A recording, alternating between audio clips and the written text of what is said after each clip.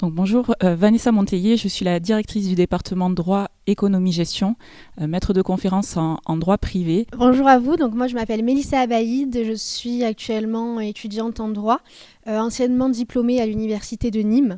Et aujourd'hui, en tant que finaliste du concours national d'éloquence et gagnante de plusieurs concours français, je co-organise avec le département droit, économie, gestion les 1001 nuances d'éloquence. Alors les 1001 nuances d'éloquence, c'est une conférence, une soirée, une initiation à l'éloquence qui se déroulera sous plusieurs parties.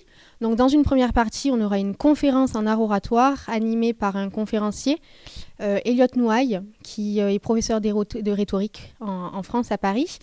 Et ensuite, on aura plusieurs joutes oratoires sous forme de spectacles d'éloquence avec 6 orateurs qui s'affronteront. Il y a plusieurs associations étudiantes qui y participent. Donc, on a l'association Master Droit Public, comme vous l'avez dit, l'association Droit, STAPS, Design, Lettres et 2 Eloquentia, Marseille et Montpellier. Et on a également le soutien vraiment infaillible de l'Université de Nîmes. L'organisation, ça a été, dirais-je, une conversation avec Madame Monteiller dans un bureau un jour où on s'est dit qu'on voulait justement démocratiser l'éloquence, la développer et la faire découvrir aux étudiants nîmois. Alors cette fameuse conversation que nous avons tenue dans mon bureau, elle date de début novembre. Un message antérieur, puisque Mélissa m'avait contacté sur LinkedIn.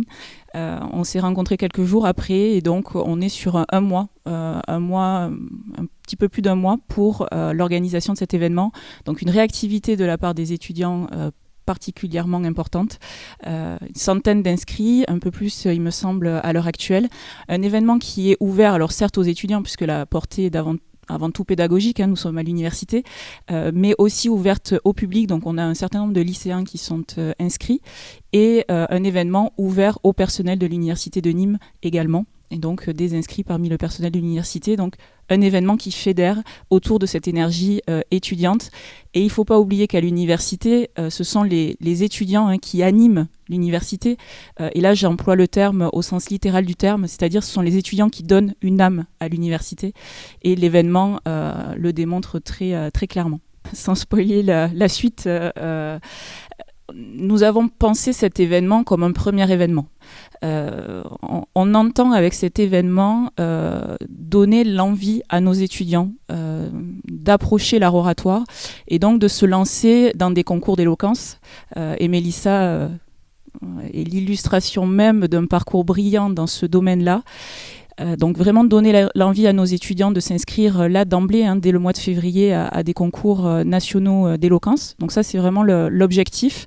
Et puis aussi, on va dire sur le fond, de pouvoir intégrer dans nos formations l'oralité, puisque l'on constate très clairement que dans les cursus universitaires à l'heure actuelle, l'oralité a une place résiduelle et donc de lui donner toute la place qui doit être la sienne. Et cet événement doit susciter cette double envie et cette double perspective. En parallèle, je mène une carrière politique locale. Cette semaine, j'ai été d'ailleurs avec la secrétaire d'État à la protection de l'enfance et c'est vrai que c'est quand même plus évident quand on veut véhiculer des idées d'avoir un parcours en éloquence. Je pense que l'éloquence, au-delà d'être un simple concours ou un art, c'est vraiment la parole de tous les jours.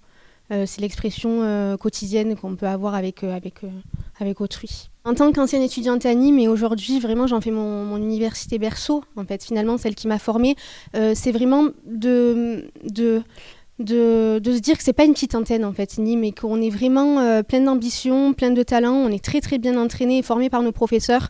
Donc, il faut vraiment sortir de ces clichés et se dire qu'on est capable de réussir. On a été plusieurs à aller en finale du concours national d'ISIAS, qui est pourtant un des plus grands d'un point de vue juridique en France. Donc, il faut vraiment se servir de ses forces, de son accent chantant du Sud, de ses qualités. Et on peut vraiment aller loin. Donc, j'adresse vraiment un message positif aujourd'hui aux élèves et aux étudiants. Et j'espère qu'un événement 1002 nuances d'éloquence, pourquoi pas, aura lieu et que le concours aboutira à faire de nos étudiants des vainqueurs sur le plan national.